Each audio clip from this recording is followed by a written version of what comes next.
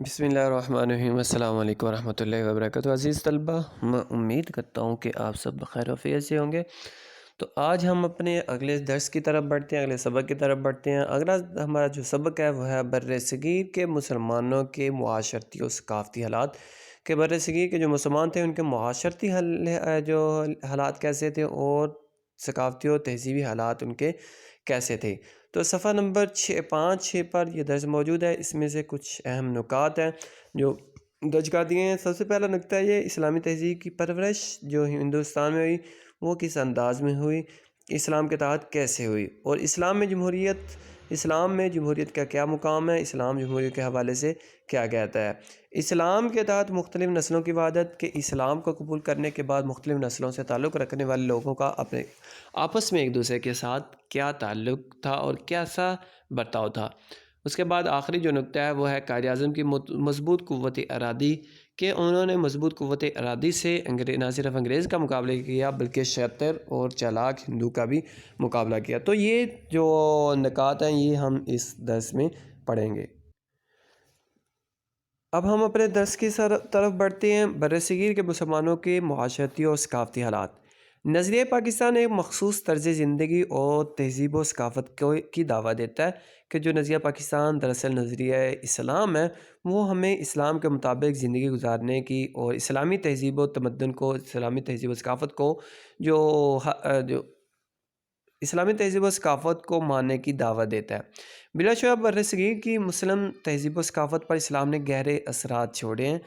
برصغیر کے مسلمانوں کی منفرد نسلی و تمدنی تاریخی ورثہ اور جغرافیائی ماحول کی وجہ سے بھی روایات نے نشو و نما پائی، کہ اسلامی جو نظریہ حیات ہے اس نے برصغیر کے تہذیب پر، برصغیر کی ثقافت پر گہرے اثرات چھوڑے ہیں، اور مسلمانوں کے جو منفرد نسلی تمدن ہے جو اسلام نے مسلمانوں کو دیا ہے وہ تمام، اور جغرافیائی ماحول کی وجہ سے بھی جو روایات نے مسلمانوں کی جو اقدار تھی، مسلمانوں کی جو روایات تھیں انہوں نے نشو و نما پائی ہے۔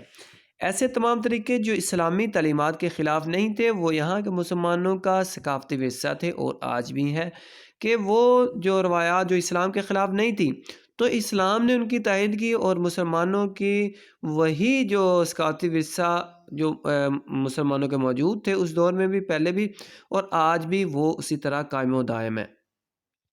برصغیر میں دوسری قوموں کے ساتھ رہ کر مسلمانوں نے اسلام کی ثقافتی اقدار کا تحفظ کیا، کہ ہندوؤں کے درمیان رہتے ہوئے، دوسری اقوام کے درمیان رہتے ہوئے بھی مسلمانوں نے اپنی روایات کا، اپنی اقدار کا جو بھرپور تحفظ کیا ہے۔ اس سے قبل کوئی بھی ایسی جو تہذیب نہیں گزری جو ہندوستان کی تہذیب کے ساتھ رہ کر محفوظ رہ سکی ہو۔ جتنی بھی تہذیبیں ہندوستان میں آئی ہیں، اور ہندوستانی تہذیب میں یہ اتنی قوت اور طاقت ہے کہ اس نے ان تمام تہذیبوں کو اپنے اندر جذب کر لیا ہے۔ اسلام ہی وہ واحد تہذیب ہے جس نے اپنا الگ تشخص قائم رکھا ہے۔ اسلام، اس کے بعد دوسرا جو نکتہ ہے وہ ہے اسلام میں جمہوریت۔ اسلام اپنے روح میں ایک جمہوری نظام ہے۔ جمہوری نظام کہتے ہیں جس میں جمہور یعنی کہ عوام کی رائے کو ترجیح دی جاتی ہے، عوام کی جو رائے کو فوقیت دی جاتی ہے۔ تو گویا کہ اسلام ایک جمہوری نظام ہے۔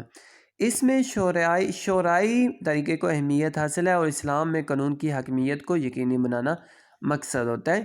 اسلام جو شورائی نظام کو یعنی کہ مجلس شورا اور مشاورت کے نظام کو جو اہمیت دیتا ہے، اسلام کہتا ہے کہ کوئی بھی اگر تم کام کرنا چاہتے ہو تو مشورہ کرو، کیونکہ نبی کریم صلی اللہ علیہ وسلم نے فرمایا ہے کہ کوئی بھی کام کرنے کا ارادہ کرو تو پہلے مجھ سے میں اس حوالے سے مشورہ کر لو، کیونکہ مشورے میں خیر ہوتی ہے۔ تو گویا کہ اسلام ہمیں مشورے کی تلقین کرتا ہے، اور اسلام میں قانون کی حاکمیت کو یقینی بنانا مقصد ہوتا ہے۔ اسلام کی اگر ہم اسلامی تاریخ کو دیکھتے ہیں تو ہمیں کہیں بھی قانون کی دھجیاں جو بکھرتی ہوئی نظر نہیں آئیں گی، بلکہ قانون کا تحفظ ہوتا ہوا نظر آئے گا۔ جیسا کہ ایک مشہور مثال ہے نبی کریم صلی اللہ علیہ وسلم کے دور میں، کہ ایک فاطمہ نامی عورت نے چوری کی ہے، تو نبی صلی اللہ علیہ وسلم کے سامنے اس کی سفارش کی جاتی ہے، لیکن اس کے باوجود آپ صلی اللہ علیہ وسلم نے اس پر جو شرعی حد تھی، قانون کی جو حاکمیت تھی، جو اس کو جاری کیا۔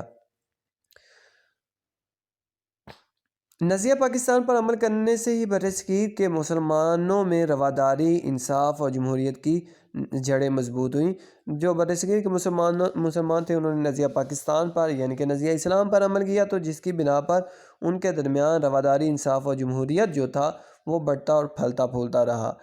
نظریہ پاکستان میں جمہوریت ایک اہم ستون کی حیثیت رکھتا ہے۔ جمہوریت کو جو نظریہ پاکستان میں جیسا کہ اسلام میں اہمیت حاصل ہے، اسی طرح نظریہ پاکستان میں بھی جمہوریت کو اہمیت حاصل ہے۔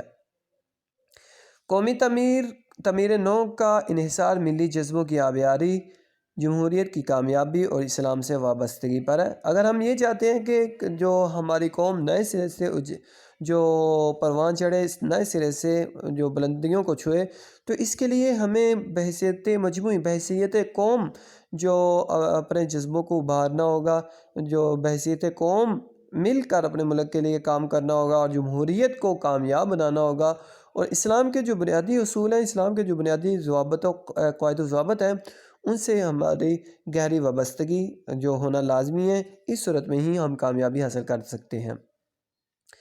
اس کے بعد ہے کہ جو نقطہ آتا ہے وہ ہے برصغیر کے مسلمان مختلف زبانیں بولتے تھے، مختلف نسلوں سے تعلق تھا، لیکن اس کے باوجود ان کا آپس میں کیسا رویہ تھا، آپس میں کیسا تعلق تھا۔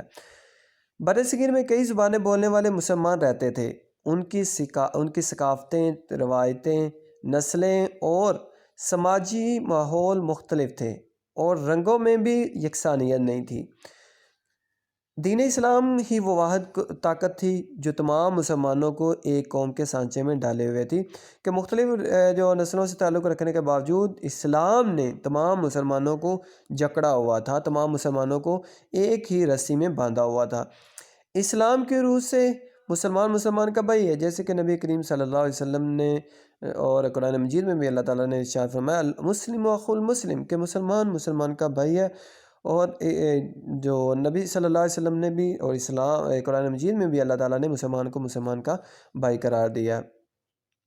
اور مسلمان ہمیشہ اپنی پہچان اپنے مذہب کے حوالے سے کراتے ہیں۔ مسلمان اپنی ذات کے حوالے سے اپنی پہچان نہیں کراتے، اپنے جو شخصیت کے حوالے سے اپنی نہیں پہچان کراتے، بلکہ اپنی پہچان کراتے ہیں تو اسلام کی وجہ سے، اسلام کے ساتھ اپنی پہچان کراتے ہیں، اپنے مذہب کے حوالے سے اپنی پہچان کراتے ہیں۔ علامہ اقبال نے مذہبی بنیادوں پر زور دیا اور کہا کہ مسلمان دین اسلام کی وجہ سے ایک ملت ہیں، اور ان کی قوت کا انحصار اسلام پر ہے۔ علامہ اقبال نے مسلمانوں کی جو تعریف مسلمان کی ہے وہ یہ کہا ہے کہ مسلمان دین اسلام کی وجہ سے ایک ملت ہے۔ مسلمان اگر ایک ملت، ایک قوم ہے تو وہ اسلام کی وجہ سے، اور ان کی قوت کا انحصار، ان کی مضبوطی کا انحصار جو ہے وہ اسلام کے اصولوں پر عمل پیرا ہونے میں ہے۔ انہوں نے مسلم ملت کی اساس کے حوالے سے حقیقی تصور اپنے اشعار میں یوں پیش کیا: اپنی ملت پر قیاس اقوام مغرب سے نہ کر، خاص ہے ترکیب میں قوم رسول ہاشمی۔ کہ علامہ اقبال اس شعر میں کہتے ہیں کہ اپنی ملت، اپنی قوم کو اقوام مغرب کے قوموں کے ساتھ نہ ملا۔ کیوں؟ اس کی وجہ یہ ہے کہ جو اسلامی ملت ہے، جو اسلامی قوم ہے، مسلمان قوم ہے، وہ خاص ہے ترکیب میں قوم رسول ہاشمی، کہ نبی صلی اللہ علیہ وسلم کی جو قوم ہے، اسلامی جو قوم ہے، مسلمان جو قوم ہے، اس کی جو ترکیب ہے وہ خاص ہے، اس کی جو ترتیب ہے وہ ایک خاص ہے۔ ان کی جمعیت کا ہے ملک و نسب پر انحصار، قوت مذہب سے مستحکم ہے جمعیت تیری، کہ جو مغربی اقوام ہیں ان کی جمعیت کا جو دار و مدار ہے وہ ملک پر ہے، سرحدوں پر ہے، یا پھر وہ ان کا قومیت پر ہے، لیکن قوت مذہب سے مستحکم ہے جمعیت تیری، کہ جو مسلمان قوم ہے اس کی جو مضبوطی کا انحصار ہے وہ جو قوت جو مذہب کی طاقت سے، اسلام کی طاقت سے جو مسلمانوں کی مضبوطی ہے۔ اس کے بعد اگلا نقطہ جو آتا ہے وہ ہے قائد اعظم کی جو پختہ قوت ارادی، قائد اعظم نے کس طرح باقی جو قوتوں کا مقابلہ کیا۔ کانگریس اور انگریز حکومت کی مشترکہ قوت قائد اعظم اور آل انڈیا مسلم لیگ کے مضبوط ارادوں کی راہ میں رکاوٹ پیدا کر رہی تھی۔ قائد اعظم ان دونوں سے مسلمانوں کو آزادی دلانا چاہتے تھے۔ ایک طرف کانگریس تھی اور دوسری طرف جو انگریز تھے، یہ مشترکہ طور پر قائد اعظم کا مقابلہ کر کے قائد اعظم کے مضبوط ارادوں کو توڑنا چاہتے تھے، لیکن دوسری طرف قائد اعظم مضبوط ارادوں کے ساتھ ان دونوں سے مسلمانوں کو آزادی دلانا چاہتے تھے۔ ہندوؤں کی عددی برتری اور انگریز حکومت کی بے پناہ طاقت کو مسلمانوں کو پاکستان بنانے سے نہ روک سکی کہ انگریز جو ہندوستان میں ہندو زیادہ تعداد میں تھے اور انگریزوں کے پاس قوت بہت زیادہ تھی مسلمانوں سے، لیکن اس کے باوجود یہ دونوں طاقتیں مسلمانوں کو برصغیر کے مسلمانوں کو پاکستان بنانے سے نہ روک سکی۔ اس کی وجہ اسلام سے مسلمانوں کا وابستہ ہونا ہے۔ تو یہ جو مسلمان پاکستان بنانے میں کامیاب ہوئے، اس کی وجہ یہ ہے کہ مسلمانوں کی جو اسلام سے گہری وابستگی تھی۔ قائد اعظم اسلام کی سربلندی اور مسلمانوں کے تحفظ کے لیے مسلسل کوشاں رہے اور مخالفتوں کے پہاڑ بھی ان کا راستہ نہ روک سکے۔ تو قائد اعظم کی حتی الامکان یہ کوشش تھی کہ مسلمانوں کو الگ وطن دلایا جائے، مسلمانوں کو آزاد کروایا جائے۔ تو اس وجہ سے بڑے سے بڑی طاقتیں، بڑی سے بڑی قوتیں بھی قائد اعظم کا راستہ نہ روک سکی۔ آخر ایک دن قائد اعظم مسلمانوں کے لیے الگ وطن بنانے میں کامیاب و کامران ہو گئے۔ مسلم قوم نے اپنے عظیم قائد کی سربراہی میں اپنے آپ کو ایک مضبوط اور بھرپور قوم ثابت کیا اور ملی اتحاد کے ذریعے مسلمانوں کے جداگانہ قومیت کے تصور کو کامیاب بنایا۔ یہ تصور نظریہ پاکستان کہلایا۔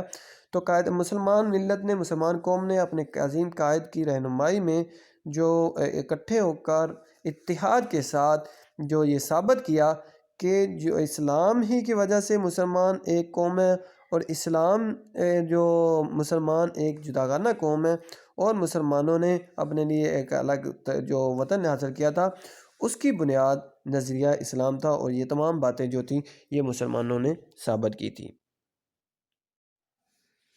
عزیز طلبہ، آج کی آپ کی ڈائری جو ہے، جو آپ نے یاد کرنا ہے، وہ ہے برصغیر کے مسلمانوں کے معاشرتی و ثقافتی حالات۔ یہ آپ نے جو آج کا درس ہے یہ آپ نے یاد کرنا ہے۔ اگلے سبق تک کے لیے اللہ حافظ، اپنا بہت سارا خیال رکھیے گا۔